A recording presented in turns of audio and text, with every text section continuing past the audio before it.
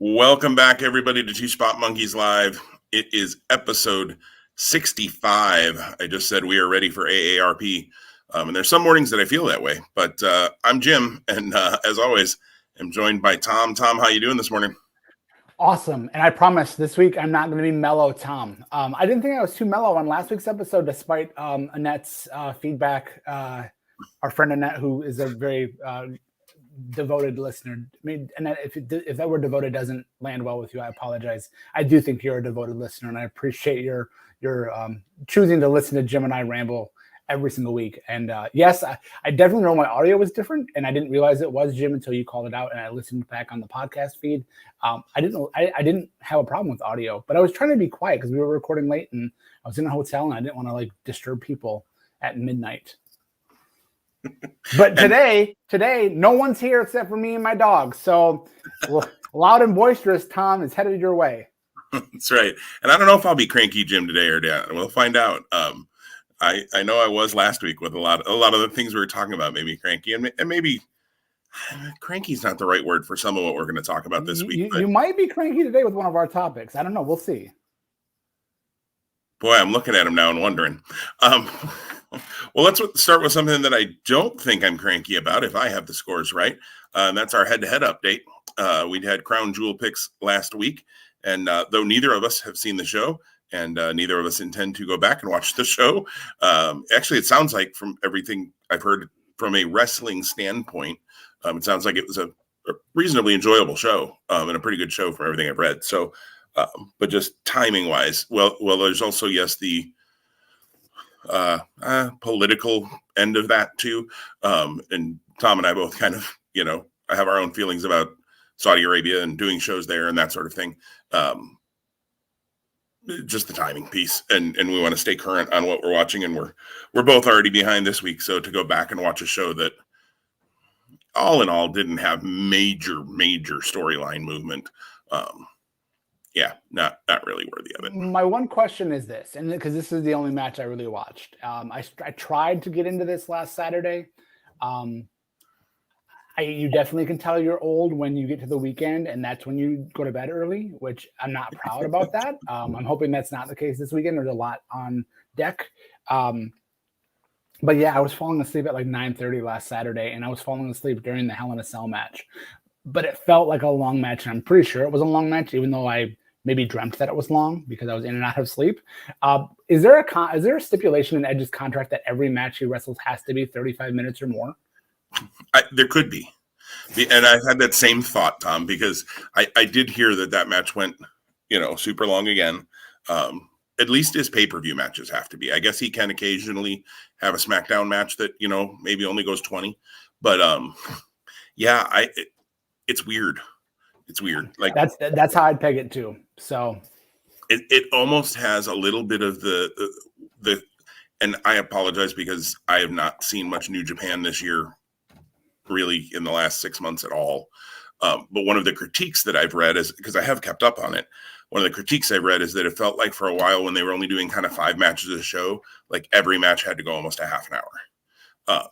And it just kind of got formulaic where everything was 20 to 35 minutes.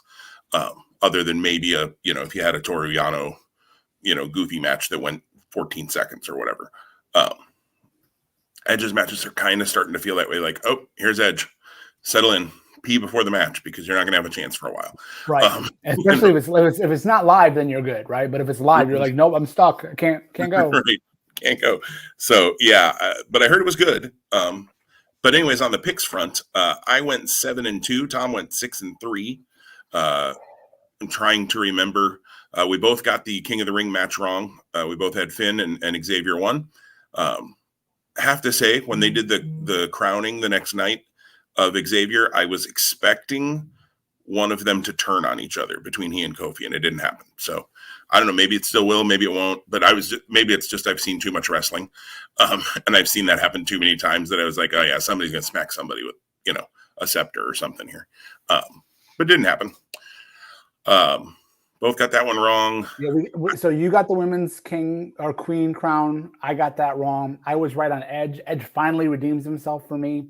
You got Rollins wrong. we both got, again, King of the Ring men's wrong, and then it was the SmackDown women's match. That's it. You were right to go with Becky. I took the L by going with Sasha, which gave us our difference. So, in summary, that brings us each to 51-13. This is a much more competitive half season, which I'm grateful for. I hope that you're enjoying it as much So as I am. And now with the next item on deck, we're not shopping. The next event on deck, The Monkey Shopping Network. AEW Full Gear, which is going to be awesome. And that I know you're going to hear this, so please give me apologies after the fact. The Michigan Penn State game is not nearly as sexy as it once was. So I think that that game now won't be an evening game. I could be wrong. It is at Penn State, so the atmosphere is great, but I'm guessing Penn State's going to take their third loss of the year against Ohio State this weekend. And so wherever Michigan is, and we're getting ahead of cart before a horse because there's a big rivalry game here in Michigan this weekend between the Wolverines and the Spartans. I don't think the Michigan-Penn State game, for me at least, will now compete with my ability or my desire to watch AEW Full Gear. So that's a plus. That's a plus for me. Well, and you you might have to. Wow. Okay. I don't know where I. you.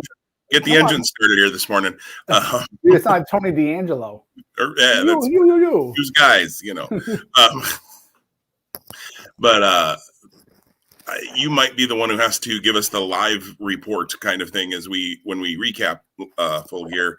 I'm just not sure. Some things in our own family life, financially, whether that's going to be the right call for me yet.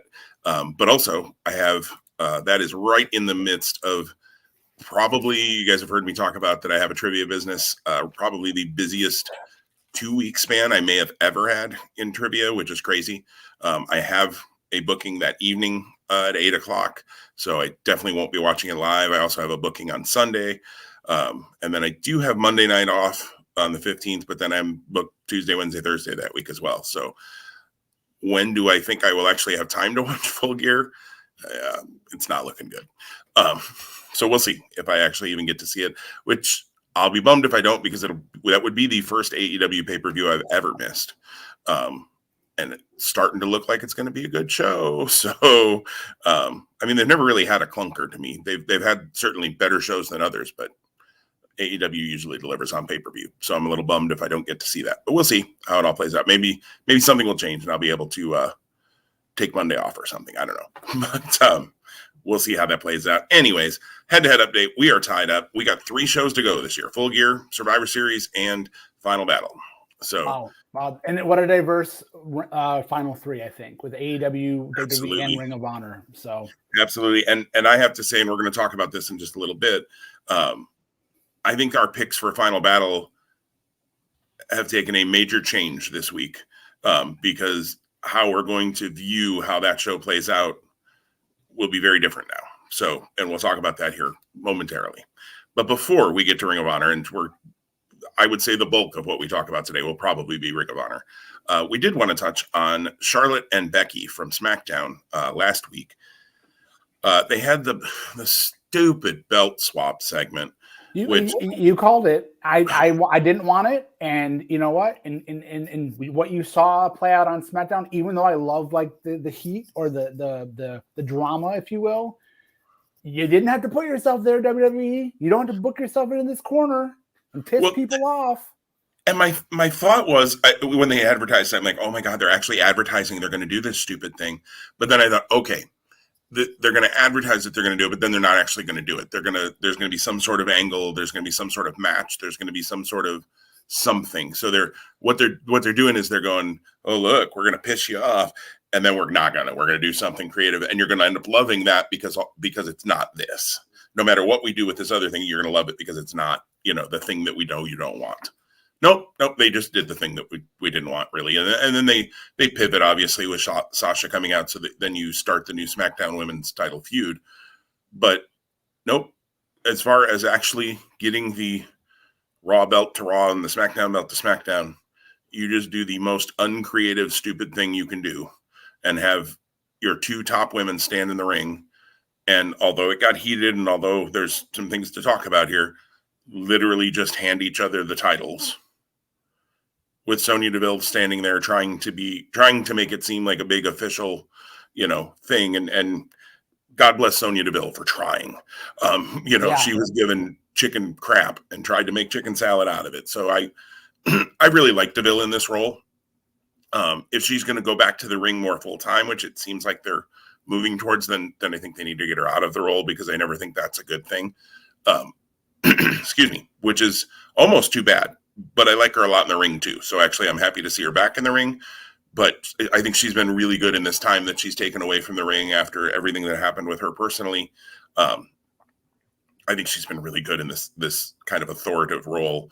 So I thought she tried really hard. When you look at this segment, it gives new meaning to the term dropping the belt. Yeah, absolutely. And so there it is.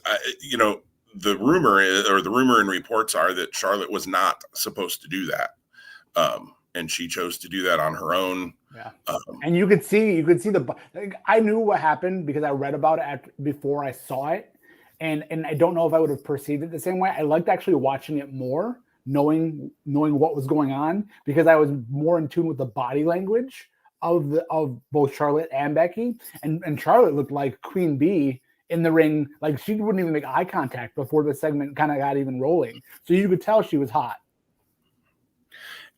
And apparently she very much had been against this segment, knowing it was stupid. And I got to say, I'm on Charlotte's side there. And I think Becky probably felt the same way. I can't imagine Becky thought this was a good idea either. But you're under contract. You're told to do something. That's what you do. I get it. They had to do it.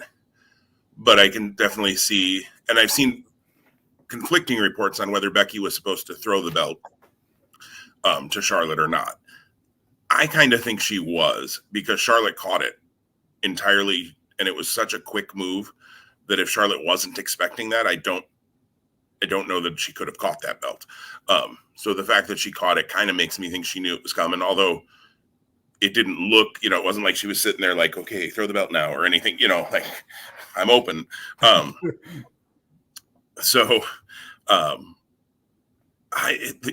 It was just weird, like, the heat with it, and Charlotte there's a lot of reports that she's not happy, and she kind of looks not happy. At more than just, I'm trying to look like a heel, like I'm, whatever. She just looks like she's not happy with how she's being booked right now. And I can't say I blame her. I mean, except that she's got a belt, so it's hard to, you're the champ. But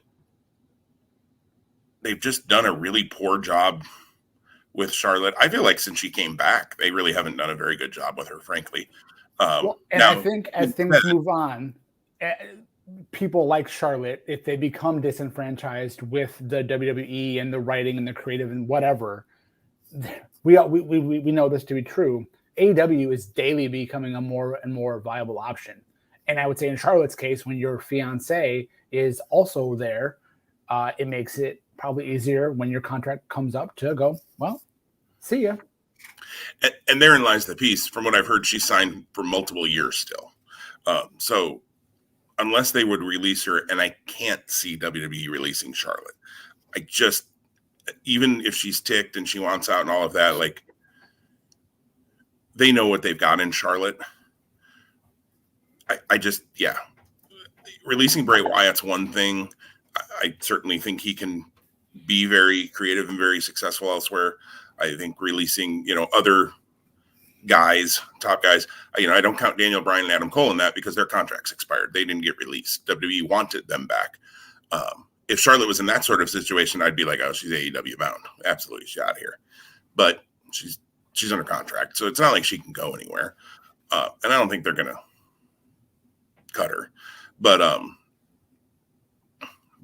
could she try to make things so untenable that they decide to? I don't know. My guess is they just put her on the sideline and, pay her to stay home if they had to. But I don't know. It's just, I will say, though, on the other hand, I am looking forward to Charlotte and Sasha, because that's always been good.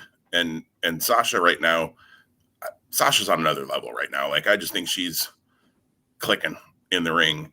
And she's always been really, really good in the ring. So okay, give me some more of that. And we're probably going to see Charlotte and Becky at Survivor Series.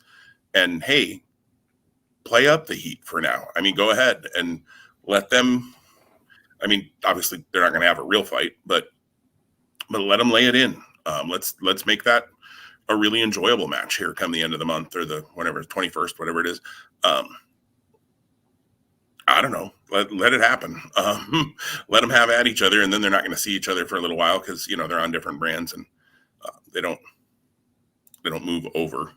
So I don't know. It is what it is. It's interesting. It's going to be fun. It's going to be fun to watch. That's for sure. Yeah, you have a heightened sense of interest because of the backstage drama. Absolutely. I think it'll be good to watch. It'll be good to see. So Charlotte and Becky, I don't know. It's interesting because I kind of want to see how they follow up on it, but yet they're not going to follow up on it because Becky's not going to be on SmackDown. So, and Charlotte wasn't on Raw. So I do think they need to, what do I want to say? They need to continue to work on building the rest of the division. They have talented women. They have women that can go. Asuka again is on a milk carton somewhere. I don't know. I haven't heard that she's hurt. Maybe she is. Maybe I just haven't heard it, but I haven't heard she's hurt. Where in the world is Asuka? Where in the world are some of these folks who can help you and book Rhea Ripley better for the love of everything that's holy? Why care for the talent you have? I mean, right. care is the wrong term, but right. Why book them well? I mean, just goodness gracious, they've got talent. Use it. Use the talent. And I'm sorry, but when your best way to introduce Aaliyah is have her in a montage of people coming to Raw in the back, that you can almost look at every single person they had in that montage. I don't know if you saw it, Tom. I watched a little bit of Raw this week just because I was curious with the new talent. Were they going to do anything interesting? And at least what I saw, no. Not even close yet. It's on the DVR. But, they had this kind of quick montage of like Angel Garza and Humberto and Aaliyah and I can't remember. I'd have to go back and look. A couple other folks. And then they ended it with Sheamus, who was the only one who you're like, well, they might actually do something with him. But everybody else, you're like, okay, so they gave us a little quick intro promo, but what are they going to do with them? Like, you bring Aaliyah up and you don't do anything right away. Yeah. Don't tell me, show me. Right. Show me. Exactly. You bring Zelina Vega back and have her lose for like 6 months straight, and then you make her queen crown. So, okay. I don't understand what they're doing. So let's move into the next topic, which is probably, again, the bulk of everything for this week, which is Ring of Honor going on hiatus. They announced this week they are going to stop live shows, which not that they've been doing a ton of live shows anyways, but stop producing new content as of Final Battle. That is going to be Final Battle, is got a new meaning to it. And they're going to go on hiatus until at least April of 2022. They say that they are planning to come back with Supercard of Honor in April. I have heard they have a venue booked already in Dallas. So take that for what you will. But they're going on hiatus and no live shows, no new TV or anything after Final Battle until at least April of 2022. I don't think it's any secret to anybody who's listening to this because, again, I think most of our listeners are friends of ours. But I don't think it's any secret to listeners that Tom and I both have a long, long history with Ring of Honor. We've talked about that before. Tom literally was at the era of Honor Begins. I was a fan then and was paying attention to Ring of Honor, but didn't make my live show debut, I guess, for lack of a better word, until later. But Ring of Honor has been a big part of our lives in the past. In fact, literally, Tom and I would probably not be friends or know each other if it wasn't for Ring of Honor. And so this podcast wouldn't be happening, and Tom and I wouldn't be the close friends that we are in our real lives if it wasn't for Ring of Honor. What was your initial response when you read this, Tom? So I was surprised. One thing I want to give a statement on. in opposition of what you said. I read an interview, a part 1 interview with Joe Koff that Mike Johnson did.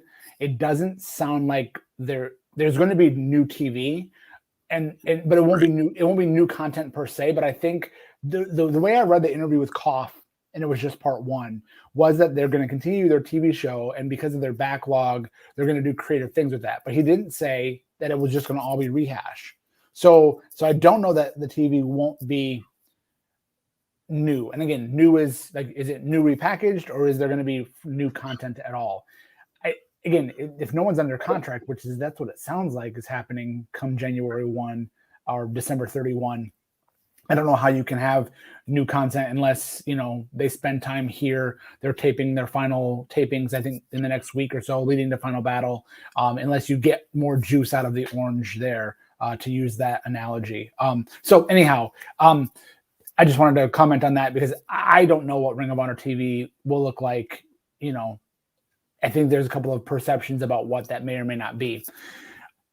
So I just kind of took it and digested it as it was. I didn't see it as being the end of Ring of Honor, but then as I watched, and again, our friend group, which goes all over the planet, and the dialogue that continued to roll from that, people do really think this is the end of Ring of Honor. And because they're drawing the comparison to ECW, and it's different, but there are similarities. And I think the biggest thing is choosing to end contracts with talent. Maybe the biggest thing there, because they are Sinclair Broadcasting probably has operated at a 0 net loss. I think I read, and if that's been able to be the case this entire time, kudos to them for a smart business model. Now, granted, they probably are in the place they are where they're not profiting because of some choices they've made, and that's why we're here too. But it makes you wonder, okay, so if you take off the first quarter of 2022 to reimagine your product, and then come back with something amazing or something that you wish would be amazing in Dallas, what is that? And I know that a couple of our friends on the message board Facebook group that we're part of, have given, the idea that it's going to be like an East Coast style PWG of sorts. I'm sorry, I think GCW already has that role, and GCW is touring. So if they are going to be an East Coast PWG, it doesn't make sense, in my opinion, to go, all right, let's go Supercard of Honor in Dallas.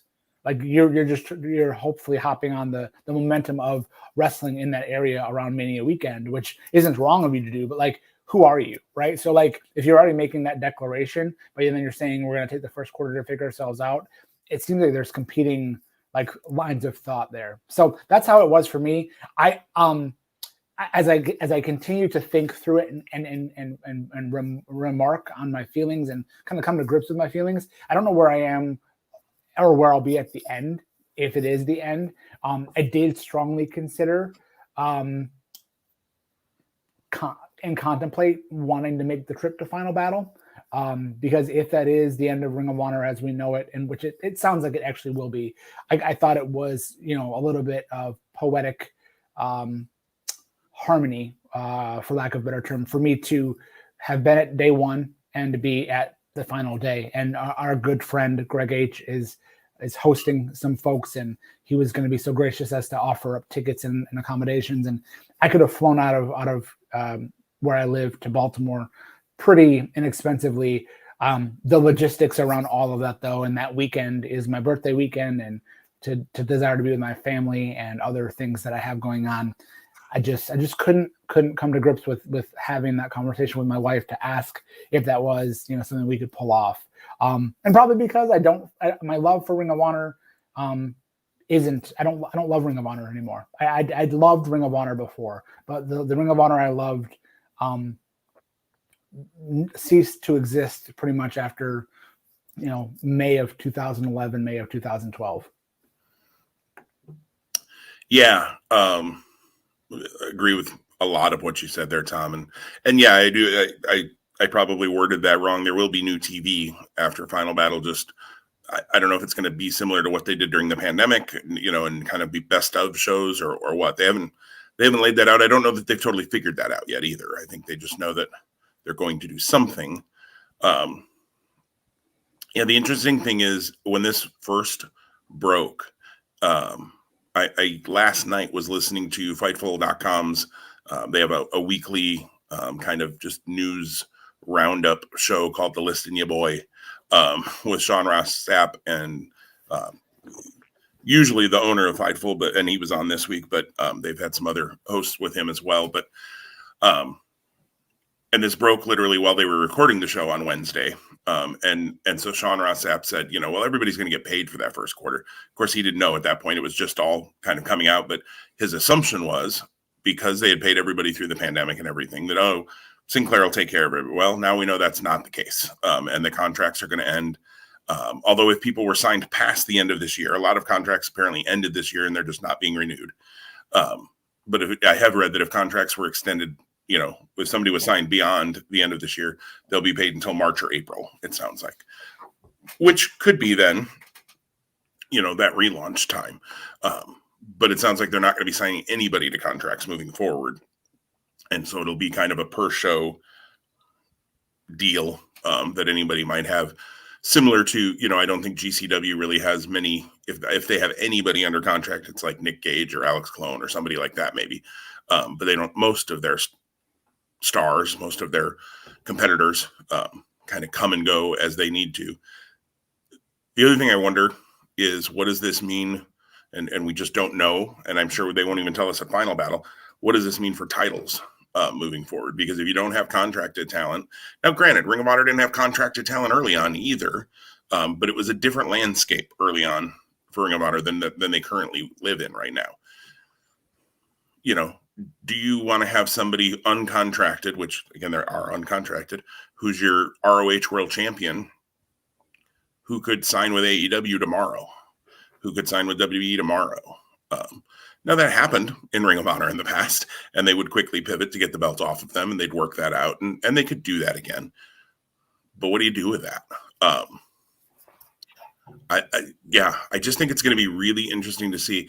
As far as whether it's the end of Ring of Honor or not, I think you worded it very well, Tom. I think this is the end of Ring of Honor. It's a chapter break for sure, and a hard chapter break. Not even there's chapter breaks in the past. Gabe, not being in control anymore was a pretty hard chapter break, and then Adam Pearce and others, I think there have been chapter breaks along the way. Obviously, the pandemic created kind of a chapter break. However, all that being said, I think this is probably the end of Ring of Honor as we knew it. Maybe it comes back in the form it used to have, which would be interesting in this day and age, because I think you're right. There are, between GCW and others like them, and PWG, there are shows that are doing those kinds of things. Those are the shows that are getting buzz, though, too. So could Ring of Honor actually gain some buzz if they start doing that? If Malachi Black can appear on a Ring of Honor show, if obviously if they can still keep the Banditos and the Alex Zanes and the Brody Kings appearing on their show, if Nick Gage can appear in Ring of Honor, if there could be some interesting things that come out of it. I can say I too had the thought of trying to get to Baltimore for Final Battle, but looking at my schedule around that weekend and my trivia business and other things, and financially, it didn't make sense for me to do that and try and make that happen as much as I would have liked to. Although I was not at the first show, wanting to kind of be at the final show for whatever this version of Ring of Honor is. I can say that I've already got it on my calendar, and right now I'm not booked on Saturday night. So unless I get a booking Saturday night, which obviously I'd have to take, my intent is absolutely to watch Final Battle live as it happens, to at least be a part of it that way. Even if I won't be in Baltimore, I don't want to push that off to watch later. There's part of me that just wants to be a part of that as it happens. I'm glad also that this year it's live with fans. It's not taped like it was last year. Understand they had to do what they had to do last year. I'm not knocking them for that at all. But so I'm glad that it actually will be live, so it can be an experience together. I do hope if this is the end for Ring of Honor, it got to be fun if they could get a couple of, cameos from Ring of Honor stars of the past, if nothing else at Final Battle. I'm glad you brought that up, and it leads to a question. So due to a number of reasons, college football being one of them, and my local Sinclair affiliate and how they air the episodes, I'm not as caught up on Ring of Honor as I'd like to be. I think I've seen one out of the last 3 TV episodes. So I don't really have a good sense of where they were headed for Final Battle. I think we had a couple of opinions of like Bandito versus Gresham. It really seemed like they were doing LFI and Shane Taylor Promotions, perhaps. The Foundation and Violence Unlimited is coming out of last week's TV as well.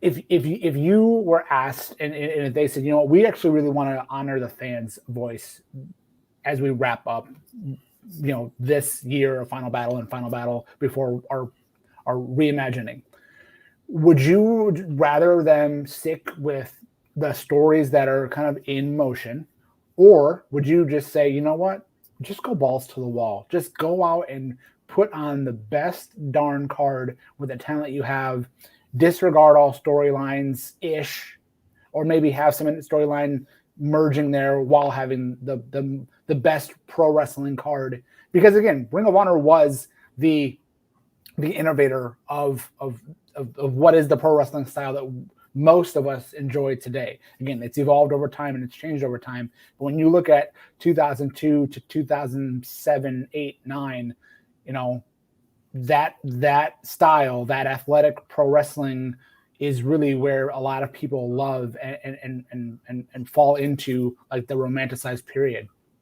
So what would you do? What would you wish for? A little from column A, a little from column B. Because you've put the time into the story. So I don't know that I would want to totally stop those. And I don't know that those stories lead to a bad card for Final Battle. I definitely think Bandito Gresham would be where I would go for the world title. And I almost think you have to put the world title on Jonathan Gresham in the waning moments of Ring of Honor, if that's who your final champion was, at least in that. And maybe, I don't know if Gresham is employed by Ring of Honor outside of being a talent. I know he's a trainer at the dojo. So whether his situation might be a little different, if he's a Sinclair employee rather than just an independent contractor, I don't know. So if that's the case, though, and the reason I'm saying that, if that's the case, that would also be a safe way, potentially, if you have a pretty good idea that Gresham's going to be around in April, if this relaunch happens the way that they've said. And I don't mean to keep saying if, but I think it is that ECW thing. Oh, we'll be back, and then they never come back. So there's a little bit of, you know, scar tissue from us that followed that are like, yeah, I've heard you're going to be back before, and then the companies don't come back. I hope they come back. And if they come back with Supercard of Honor, I'm going to tell you right now, I will watch Supercard of Honor. If I can watch it live, I will watch it live. It will be a priority for me, unless they just announce unless LSG versus the world famous CB is their main event. And then, yeah, I'm probably out. Nothing against those two guys. It just shouldn't be a main event at this point. But if Supercard of Honor is an interesting time for them to come back. And I know I'm pivoting off what you asked. I will get back to that. Because if they want to do a GCW style reboot, or be in that vein, or PWG, that's a great weekend to do it if you're just going to grab anybody you can, because there are about 9 million wrestlers who are going to be in Dallas, and you could put on a Supercard of Honor that could harken back to the days when Supercard of Honor meant something. Because Supercard of Honor used to be a crazy good show, and used to be a show where they'd announce a match and you're like, holy crap, I didn't think we'd get that. They could do something like that with Supercard of Honor. Now, what do they do moving forward after that? That's a conversation we can have next spring, when we maybe have a little more of an idea of what's coming. But so it's an interesting time for them to say they want to come back, because that affords them the ability to potentially put on a banger of a relaunch show. So kudos. And like I said, as long as they don't just book it totally stupidly, you'll have a Honor Club subscription for me for it. Don't get me wrong, I'm canceling after Final Battle, because if you ain't giving me nothing new until April, I'm not giving you $10 a month. Well, that's just it. Does Honor Club remain a thing on January 1? My guess is it does, because this is going to sound bad, and I don't mean this against Ring of Honor or Sinclair or anybody, but it's the wrestling business, and they're going to milk every dollar out of anybody they can. I mean, they just released new Honor Pals. Now, granted, those were probably in production prior to this all happening, but their Honor Pals, their wrestling buddy things, are like $60 a piece. Which, I'm sorry, no, Way too Well, much. just wait until they're discounted, like 50% off or 70% off. 70% off. If you really want one. If you really want Right. I was going to say, I'm probably not buying Wrestling Buddies at this point in my life. Figures is enough of an explanation to my wife. Here's the thing. I know your man cave. We've talked about it before. You got a couch. You're going to have the Brody King one on this side, the Jay Lethal one on this side, or the Jay and the Mark. I get you, Jim. Is there a Bandito on her, pal? I'd probably buy a Bandito one, maybe. Probably is. There probably Free Bandito. Hashtag free Bandito. Free Bandito never became more true than it is now. And I gotta say, I've already seen the Bandito is signed for 3 shows in December with GCW. I am excited to see what GCW books for him, because Brett Lauderdale is creative in his booking and books matches where sometimes you look at me and you go, I didn't even know I wanted to see that match until they just announced it. Wow, I kind of want to see that now. What does Nick Gage versus Bandito look like? I just don't even know. Like, my mind can't wrap itself around that, but I feel like we're probably going to get it. And I feel like I'm probably going to want to buy that show because I don't, it's one of those matches where you're just like, I don't know what's going to happen in that, but okay, let's see that happen. So to go back, I don't think you abandon your stories, because I think that might almost feel too much like, oh yeah, this is the end. And I think Ring of Honor needs to present as much of it. This is not the end. It's a reboot. It's a pause. It's a see you later. It's a whatever. And then I think you try to book something, but gosh, don't make it stupid.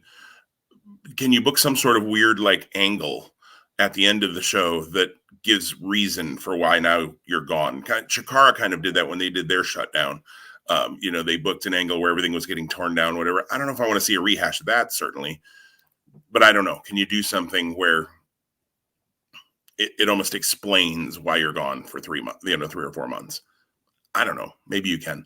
But I think spoiler alert, if it's Bandito versus Gresham, I'm picking Gresham to win the title, because I just think that's a fitting period on this version of Ring of Honor for him to achieve what he tried, with that long-term story they've been telling with the Foundation. Even if the Foundation doesn't win everything, I don't want to see the Foundation win every title at Final Battle. Let's not do that. But have Gresham win the world title. I'm good with that. Well, and it seems like there's cracks in the Foundation. No pun intended. And that's the way it came out on that episode last week between Violence and the Foundation. And Violence was in their guys' corner on a regular basis. The Foundation, they weren't there to watch their backs. So something is afoot there. Whether we see that materialize in the way it might have been originally intended or not will be something to keep our eyes towards as we approach Final Battle. One thing I am excited about, and I think that this was a good move on Ring of Honor's part, is everybody who is under contract and still is does have probably first priority to Ring of Honor is now free to go and wrestle almost. I think I'm going to say almost anywhere. I don't think we're going to see someone show up necessarily on a live AEW show. I could be. I would not be surprised knowing Tony Khan and the magic he weaves. That being said, I would say I don't think a Ring of Honor talent will show up on AEW until early 2022, if whoever that might be. Which I think that leads us into maybe kind of the second half of this conversation. Where who lands and where, and so have you had a chance to give this a lot of thought? I mean, a little bit. Okay.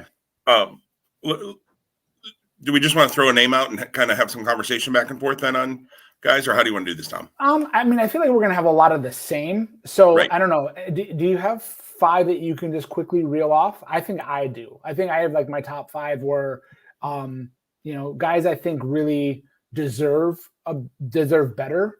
And I am going to say guys, nothing against the women's talent. I know they're going to find their spots, but I am going to focus on the male talent side of things. So can I just run with my 5? Yeah, okay. Go for it. So to me, these are the 5 talents that I really am eager to see what comes next for. Shane Taylor, number 1. Jay and Mark Briscoe, Brody King, Bandito, and Dragon Lee. Perfect. Well, I had most of those on my list as well, and I have Jonathan Gresham. I think Gresham is I don't want to say a top priority, but I think it's going to be very interesting to see where he lands. I agree with you on all five of yours. I had Briscoes, Bandito, STP, Brody King, and Dragon Lee all listed on mine as well. And my justification for Gresham not being on that list, again, I think he's actually one of my favorite talents in the world right now. I love watching him wrestle. So wherever he lands, I will be eager to watch him go. He's been the one kind of exception, in my opinion, to the rule where he's been on a lot of GCW shows. So Right. I don't know what type of agreement he has with Ring of Honor. Clearly a different one than most, because you weren't seeing Brody King or Shane Taylor or, until now, Bandito available to be more freelance. So that's my rationale behind him not being on my top five. Gotcha. I'll throw out some other names too. Jay Lethal. What happens with him? I guess. Yeah, let's pause there for a second, because here's the thing. I think, unfortunately, that Jay Lethal has is in the worst possible spot, and I think it's his loyalty to Ring of Honor that has done that to him. Maybe I'll be totally wrong, but I don't see Jay Lethal as being a top level talent that someone like an AEW is going to go after. And that's not a knock on Jay Lethal. But I will also say, for the longest time, Jay Lethal was one of those talents where I was like, on. But then when he was in the ring, I was like, yeah, he's the man. So. Yeah, and I agree. I don't know, unless he goes to Impact. I don't see WWE or AEW jumping at Jay Lethal. A match or two on AEW, sure, I could see it, but long term, no, I don't. And I've got two more names, and then maybe just a grouping of folks. Josh Woods. I think it'll be interesting to see what happens with Josh Woods. I guess I'm going foundation heavy here, although is he in the foundation? Is he connected? I'm confused. They haven't fleshed that out after that one video. Yeah, it's not been connected on TV by any means. Like last week would have been a great way for them to complete or to add to that circle. It didn't happen. Yeah. And again, we've talked about the creative sometimes in Ring of Honor has been good at times, and then other times you're like, but what about that? I think Vincent is an interesting one to wonder where Vincent might end up, because his character work over the last 2 years has been outstanding. He's not bad in the ring either. So I think Vincent is one. And then what happens with the international folks? And I think that's way up in the air because of COVID and travel restrictions and all of that. But the people who we never really got to fully see what could happen in Ring of Honor, Slex, Session Moth Martina, Mark Haskins, Joe Hendry, to some level. I've never been as big on Joe Hendry as some are. And you can add in some of the luchadors beyond Dragon Lee to that. Roosh, where does Roosh go? Now, obviously, Roosh has to heal up before we even get into that conversation. But, does he continue to work in the U.S. somewhere? Bestia del Ring. Where are we going to see Bestia del Ring, Tom? No. Okay. Maybe not. If I gave you the chance to wave one, you had one wish. So we're going to rub the lamp, but there's only one wish left. And your wish is to be one talent or talents, if they're a team, to land somewhere. What do you ask the genie for? Full-time or for a one-time dream match, are you asking? I'm going to say more in a full-time capacity. More in a full-time capacity. But feel free to answer both, because I think that's a really good slant. The dream match, I'll be honest, the one that just pops straight into my head, Jonathan Gresham and Bryan Danielson. I want to see that. I just think that would be awesome. And I think it will happen somewhere, somehow, whether it's in AEW, which seems potentially very likely, at least as a one-off, or even New Japan, because I think both will end up getting some time in New Japan as well. If I could have one and just think of those kind of 10 talents or groupings of talents, I would go Dragon Lee in AEW. Okay, mine is the Briscoes in AEW. Okay, and my reason for the Briscoes is the complete opposite of Jay Lethal. The Briscoes, their loyalty to Ring of Honor has been without its equal. I think Jay Lethal will be probably the close second, but Jay Lethal did dabble outside of Ring of Honor. The Briscoes, a couple years in Impact. So yeah, the Briscoes never have. So, like, to me, and with what the tag scene is in AEW, my word, you could have the Briscoes have a 3 to 5 year run, and that just makes that tag division that much sicker in the best term possible. I wonder if, and I in the world we live in today, past comments that people have made have come back to haunt them, and sometimes very rightfully so. Now, there are different levels of that. Certainly there are abuse allegations when you have things like, I'll just name it, but when there are allegations made against people like Marty Scurll or people like that who have kind of disappeared, or I guess he's working Puerto Rico now or something. But everybody thought he was coming to AEW. Then speaking out happened. Those allegations got made. Obviously, any hope of that happening for him went out the door, maybe forever. Certainly has held true through now. Then you have other situations, the Sammy Guevara situation, where he obviously said something about Sasha Banks that was abhorrent and should have never been said. Shouldn't have even been thought, frankly, but we can't control thoughts. Can't control speech either, but we can, there are consequences. He didn't lose his job. He got suspended for a couple of months, a month, 2 months, something like that. Apparently had to take some classes on how to be a better person, and not say things like that. He was young. He was dumb. He said something completely inappropriate and stupid and abhorrent. And so I don't want to downplay what he said, but that has not led to his banishment in any way. Jay especially, maybe Mark, but Jay especially has had some tweets in the past that have gotten them in some hot water. In fact, lost them a chance at a WWE tryout and potentially contracts in the past with some homophobic sorts of comments. That's my only question. Does that hold the Briscoes back? And it could, especially in this day and age, and where those things get, broadcast loud and I don't want to say loud and proud. That sounds wrong. And I don't mean his statements. I mean when people bring up what people have said in the past. And people, good, bad, or otherwise, people look to unearth those things when individuals get new opportunities. Right. And again, if you don't put it out there, then it never comes back to haunt you. But everyone has skeletons in their closet. Right. But he did. And let me be clear. I don't agree with what Jay Briscoe said in that way, in any way, shape, or form. I have serious issues with what he said. So that's the thing I wonder with the Briscoes. Obviously, I think they're going to continue to appear in GCW, and that can be a good spot for them, but certainly not as financially lucrative as AEW would be. You wouldn't think. I don't know what Brett Lauderdale pays, but I got to think it's less than Tony Khan.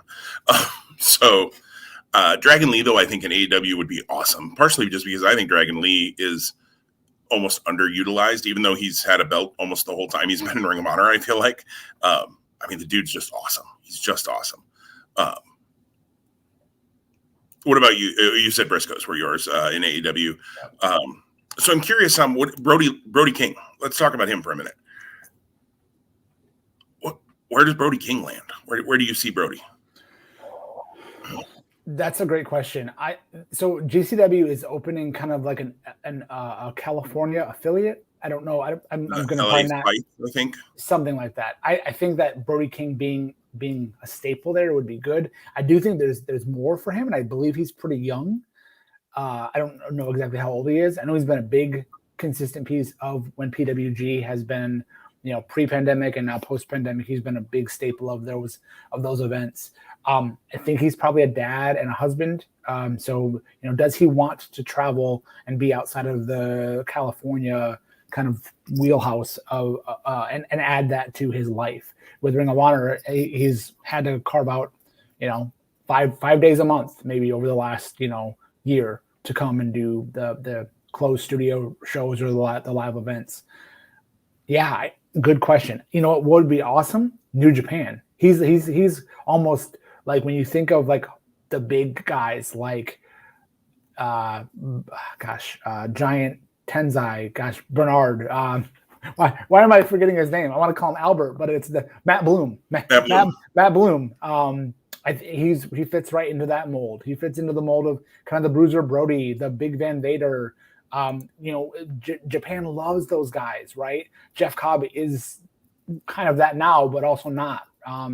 So, man, Brody King in New Japan would probably be amazing, especially if you get him, to go in there with the Kojimas and the Nagatas and Hanma and those other kind of older big veterans. We talked just last week about the freshening up of how New Japan could have that happen. I think their guys that are coming out of their dojo are still too new and too young to make an impact, like the Evils of the world, right? So Brody King brings an international talent and a new face. Granted, we're still in the pandemic, so the back and forth probably isn't happening like it was 3 years ago, 4 years ago, and so forth. And back to my comment, if Brody King is a dad and a husband, does he want to go and do a 6-week tour and be away from his family for that long, or does he have things that are outside of pro wrestling that he's obligated to? Absolutely. Brody's also a guy that I could see WWE jumping over to try to go grab. He's big, he's talented. They want bigger guys. I know they're not looking at not looking at as much indie talent as they used to, with the way they've now rebranded NXT and the way that Vince wants developmental to go. But Brody King, with his size, is somebody that I could see WWE being very interested in if he's interested in going that direction. In fact, I would say out of the folks that kind of we've talked about, if you want to talk about folks who might end up in WWE, I think him, Shane Taylor, or Vincent would be the three most likely to go that way because of just character work, size. Shane's not as tall, obviously, as Brody King, but he's a big guy. My fear with Shane would be that he wouldn't be used right in WWE. Well, okay, my fear with all of these guys, they wouldn't be used right in WWE. But, I think Shane would be somebody's heavy and not be the featured. He'd be the background character. And that isn't what Shane Taylor should be. Shane Taylor should be featured and pushed. Shane Taylor should have been Ring of Honor World Champion. May never get that chance, although who knows? If they do reboot and relaunch in April, Shane Taylor's still a part of whatever that looks like. Maybe he will get that chance, but I don't know. All I can say is more to come on Ring of Honor.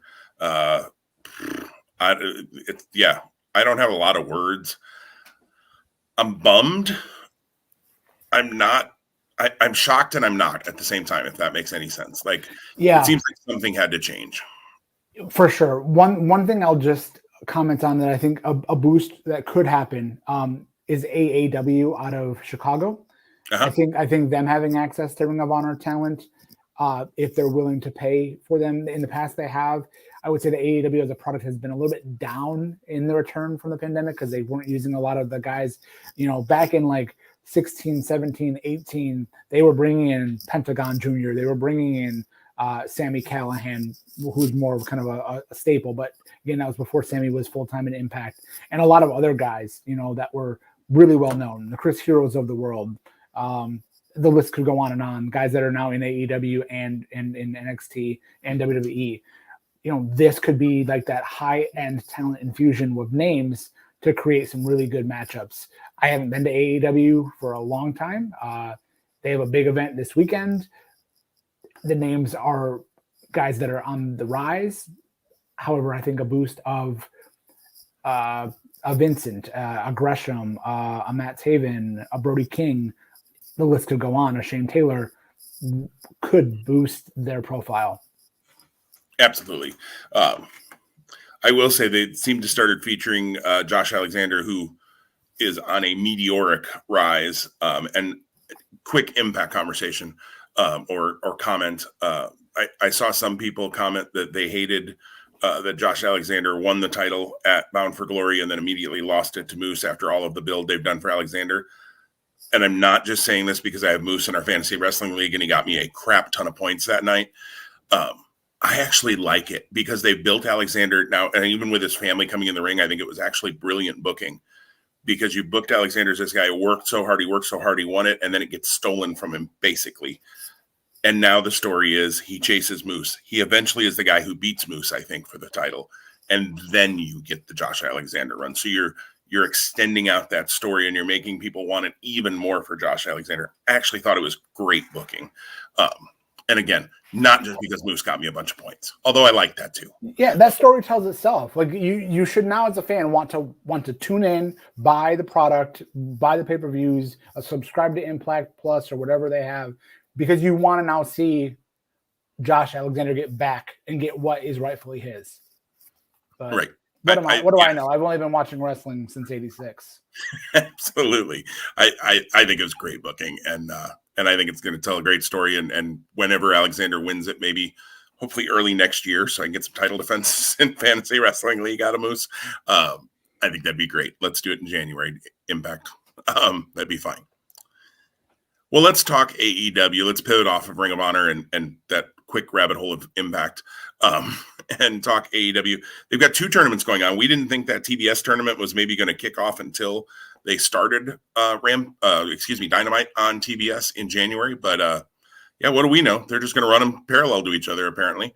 Although the TBS tournament, I think, will extend out past Full Gear. There's no way they're getting that thing done by Full Gear, and nor should they. Take your time. I did like that the TBS tournament is 12 women. I would have loved 16, but 12 works. It's better than 8.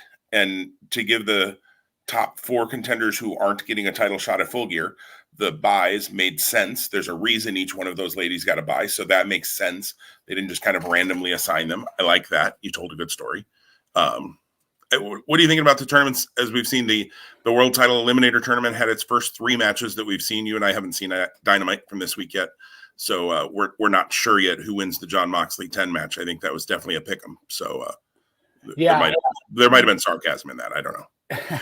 When we I think we teased this out on last week's episode without talking at all about the matches. We did say that I believe the guys that were in this were guys we might have been surprised by, like a 10 or like a Powerhouse Hobbs, for example, or even a Dustin Rhodes.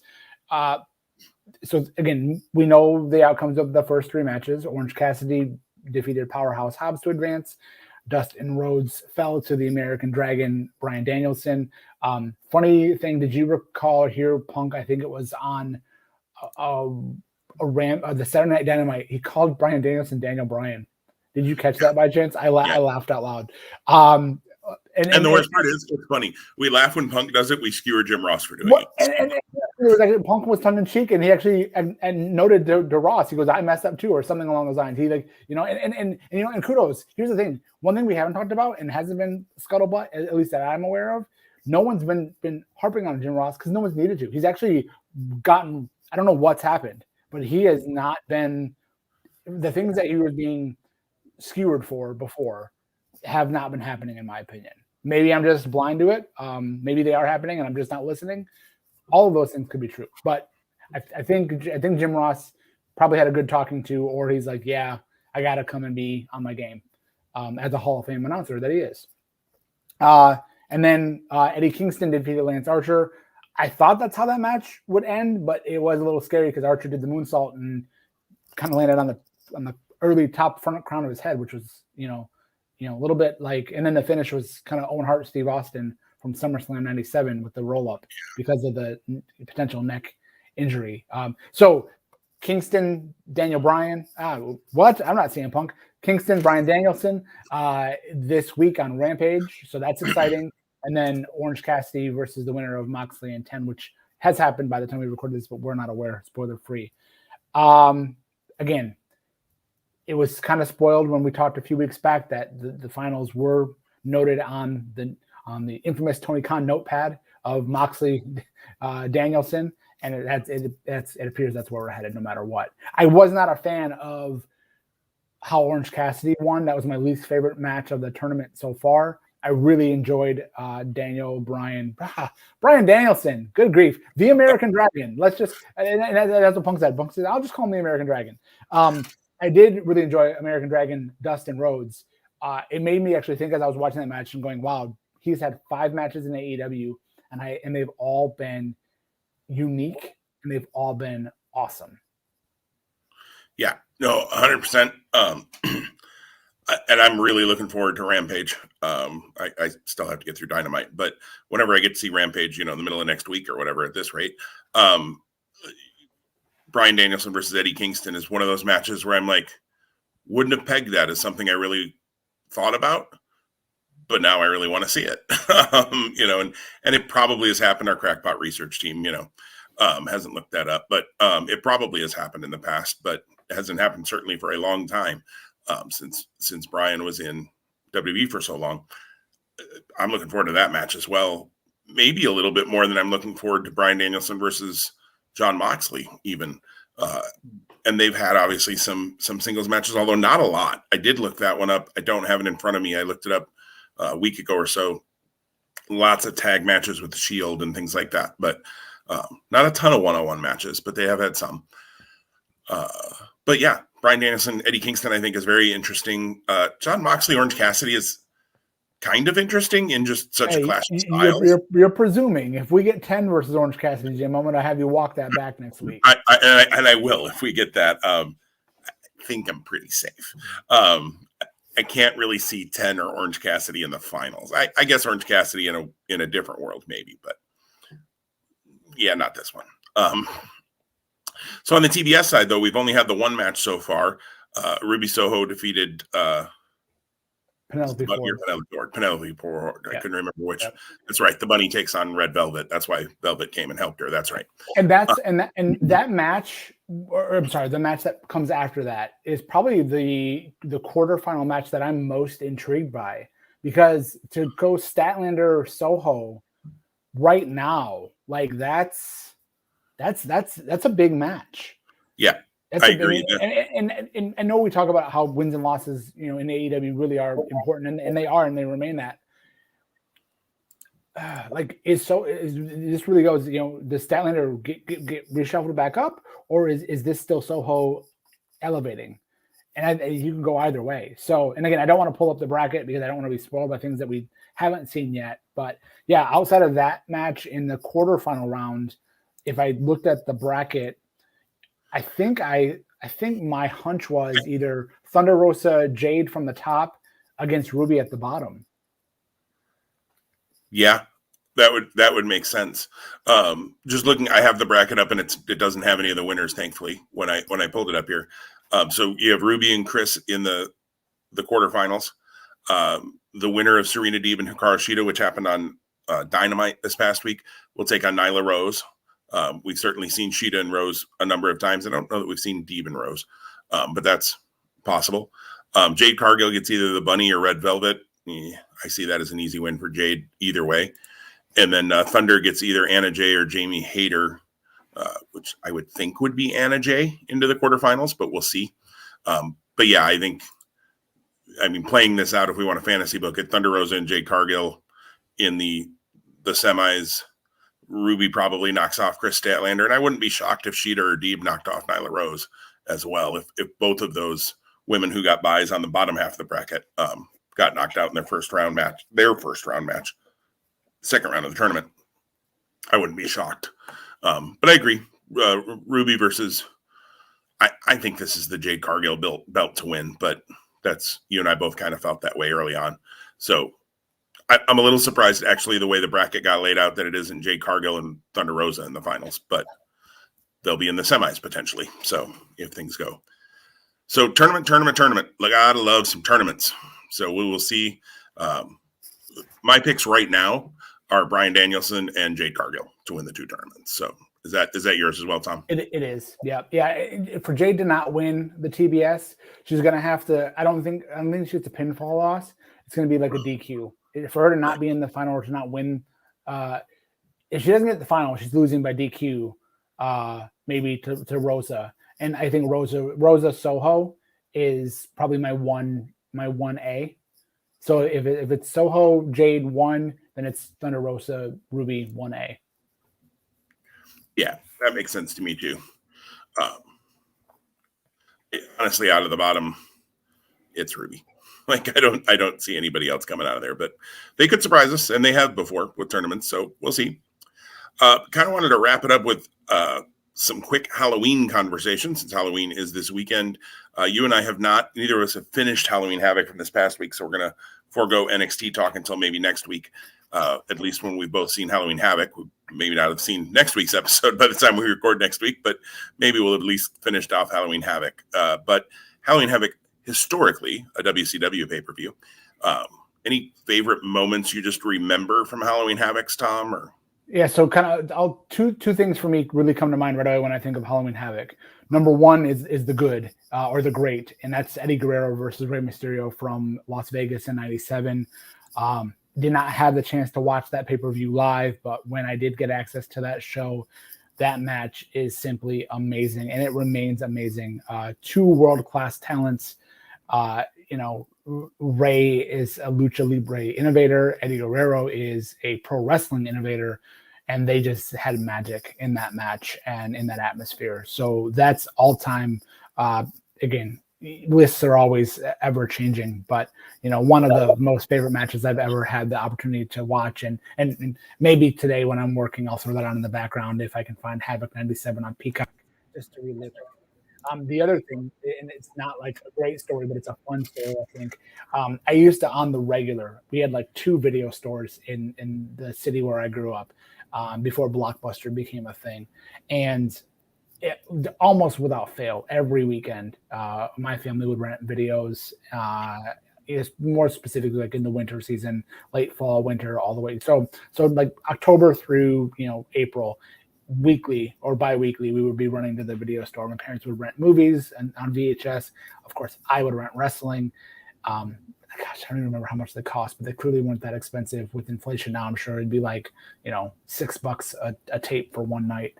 Anyway, I remember renting Halloween Havoc with the cage and the Abdullah the Butcher fried in the chair. And Chamber of Horrors. Yeah, Chamber of Horrors. Thank you. I was first exposed to that match and what went down by Pro Wrestling Illustrated, and I was like, "This is crazy!" Like the photos, and then you watch the match and you're like, "Oh, that's it." So, again, Chamber of Snores, maybe more so than Chamber of Horrors, and clearly PWI did more justice for me in my desire for that match, and then the reality didn't live up to the hype the pictures gave. It's a spectacle nonetheless, but there's a lot to take to task in that match. All of the goofiness involved. Yeah, absolutely. That's one of my fondest memories is the wrong word for all the reasons you just said. But yeah, one that sticks out. The other one that sticks out for whatever reason for me is the Halloween Phantom. In I want to say the early 90s. They were going to debut the Halloween Phantom at Halloween Havoc. And it was the worst mask ever that didn't mask who Rick Rude was, even in the slightest, with his porn star mustache sticking out of the mask. I mean, it was so blatantly obvious. And then he used the Rude Awakening as his finishing move. I mean, just blatantly obvious who the guy was. Don't get me wrong, Rick Rude was awesome. So that was cool to see him, but it was just kind of one of those like, really, this is how we're going to do this. Okay. Really. So that sticks out. I watched Halloween Havoc 89, which was the very first Halloween Havoc over the last couple of weeks, a match here and there at a time.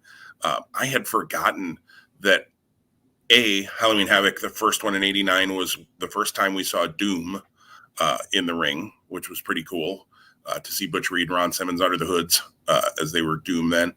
And then it was also the Road Warriors versus the Skyscrapers, which again is one of those matches where you're just like, I'm sure I knew that happened. And I'm pretty sure I watched Halloween Havoc 89 live as it happened.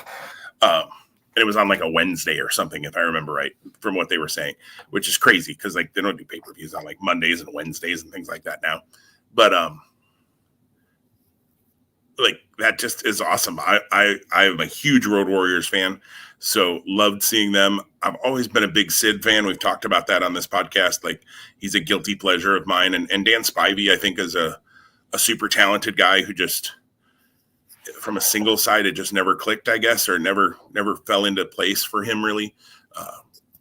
So to see that match, I thought was pretty fun too. And that was the main event was the Thunderdome, Sting and Ric Flair versus Terry Funk and Great Muta. I mean, come on, like those 4 guys in the ring together. Yeah, how can that not be good? So yeah, just fun memories. Halloween Havoc has always been. Eric Bischoff felt like Halloween Havoc was actually their biggest show of the year once he really got in control in kind of the mid '90s. He's talked about that on his podcast, which is interesting when you look back at some of the shows that he was, in the NWO days and that when he was in control of things. So it'd be interesting to see. And then when you think about Starrcade, like is he just like trying to dig at Dusty Rhodes' legacy, or and that's probably the wrong statement to make because I'm sure that's not the case. But like Starrcade was always considered the WrestleMania of WCW. So for Bischoff to go, no, Havoc was up there, or that was the pinnacle. It's just a really unique opinion. It is, absolutely. Last question, Tom, as we wrap things up here. And we may have talked about this last year when we, because we've done this now for over a year, but we may have talked about this last year. But did you ever dress up as a pro wrestling character for Halloween? Sadly, no. I wish. And actually, my wife and I are doing a really, I'm going to call it lame, but I mean that in the kindest way possible, just because we really ran out of time for trying to come up with a creative costume or each dress up individually this year. So we're doing something just pretty basic. I was looking at a Randy Savage costume online, but it was like $60 for the whole caboodle. But never before. And who knows if ever again will I be able to be a wrestler. I look at, is it Ryan Barkin with Pro Wrestling Tees? He's done a really great job of and he's got the means, of course, to have some really amazing costumes over the years. I think today will be like the 9th he's dressed up, and he looked like Rick Wagner, Razor Ramon, if you ask me, almost a spitting image, among other things. So yeah, I'd love to have A, the creativity, and B, like the resources to have a great costume. It's never happened. You? I was the Ultimate Warrior. I was probably 10 or 11, somewhere in that. Please tell me you have a photo of that somewhere. There probably is. I don't have one here to be able to share today, but if I come across one, I'll be sure to share it and password protect it so that you can't put it on Facebook. No, you got to put that on the Twitter, man. You got to. If there was ever a reason for us to start a Patreon, there you go. Join the Patreon to see Jim as the Ultimate Warrior. So my mom actually got like a sewing pattern to make a muscle suit, basically. So I had pants and a top that were filled with like that, I don't know, kind of cobwebby cotton, stuff. And so I had these big muscles. And then I wore like a crazy pair of shorts. I didn't have trunks. I had shorts, just because my mom wasn't going to go out and buy trunks for one night of trick-or-treating. But I had a pair of crazy, like, I don't know, Zuba shorts or something like that on. And then she painted my face, like the Warrior, and on the suit, we had the arm tassels, and I probably just wore shoes. I probably didn't have boots, but I don't remember for sure. But I'm, again, hard to create wrestling boots, for a costume. And you grew up in the Midwest like me. So like Halloween isn't the warmest like time of That's year. why I had all that cotton stuff in the muscle suit. So wearing that thing, like I was warm. I was good. Okay, good. Glad to hear that. Yeah, because if I would have just walked around without my shirt on or something, that would have been, I could have gotten pneumonia or something. That'd be bad. And nobody wanted to see 10-year-old Jim running around without a shirt on. Nobody wants to see 43-year-old Jim doing that either. But that's another story. Also for the Patreon. That's right. YouTube and all our podcast platforms have rules, so we have to pay attention and behave. Totally out of left field. And I know this won't be the case, but I know it'll land with you and you'll laugh. And so whoever's listening, hopefully will laugh too. That actually opens up a new door, not Patreon, but that becomes the Two Spot Monkeys OnlyFans. That's right. Yes. Two Spot Monkeys After Dark. Talk about the dark side of the ring. Yeah, the dark side of the monkeys. There's our man. I can see a logo coming together and everything. It's a parody, so we can use it. It's okay. This has gone off the rails in the last 5 minutes, folks. But it wouldn't be us without that. I was going to say you were probably waiting for it. You knew it was coming. So We'll be back next week. I don't know. We haven't looked at our schedule yet, but the plan will be to be back next week. Will next week be when we have to make? No, it'll be another week yet. Yep. Another week yet before we have to make full gear picks. For some reason, I keep thinking it's the first weekend, not the second weekend. Or it originally was the first weekend, wasn't it? This is the pay-per-view that got moved because of a UFC show. Yes, it was in St. Louis next weekend, and then it got moved to Minneapolis. So that's why it's Tony Khan's fault, not mine. But 2 weeks we'll be making full gear picks. So next week, who knows what we'll be talking about? Maybe more will come out about the Ring of Honor story, and we can chat more about that. We'll probably talk NXT Halloween Havoc and update tournaments and have some fun with other things. There are also some Mattel reveals that happened both on Thursday, and there are more coming today on Friday. So Tom and I off air talked a little bit about one of the reveals. But maybe we'll talk a little more about that next week once we have the full set of what is being revealed. I will say on the figure front, those WWE Superstar figures, kind of the Remco style, that are replacing the Masters of the Universe that they released or they revealed back at Comic-Con. They had a pre-order up for them. And of course, that first series was Hogan, Honky Tonk Man, Bray Wyatt, and Ric Flair. So 2 of those 4 don't work there anymore or don't have contracts anymore, we don't think, with WWE. They put up everybody except Bray for pre-order, but they're $20 a piece. Wow. And I'm like, ooh, if I'm going to pay $20, I'd rather pay 21 or 22 for an Elite. So I'm probably going to be out on that line again, unless they release a Ricky Steamboat. And we all know what happens when they release a Ricky Steamboat.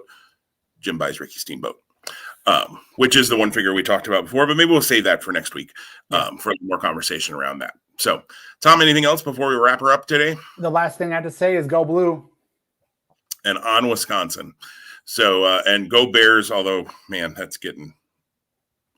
I mean, at least we won some games this year, but we'll just leave that alone. With that said, we will wrap it up this week. Everybody, be safe out there. Have a great week, and come on back next week. Check us out again here at Two Spot Monkeys Live. We'll talk to you then.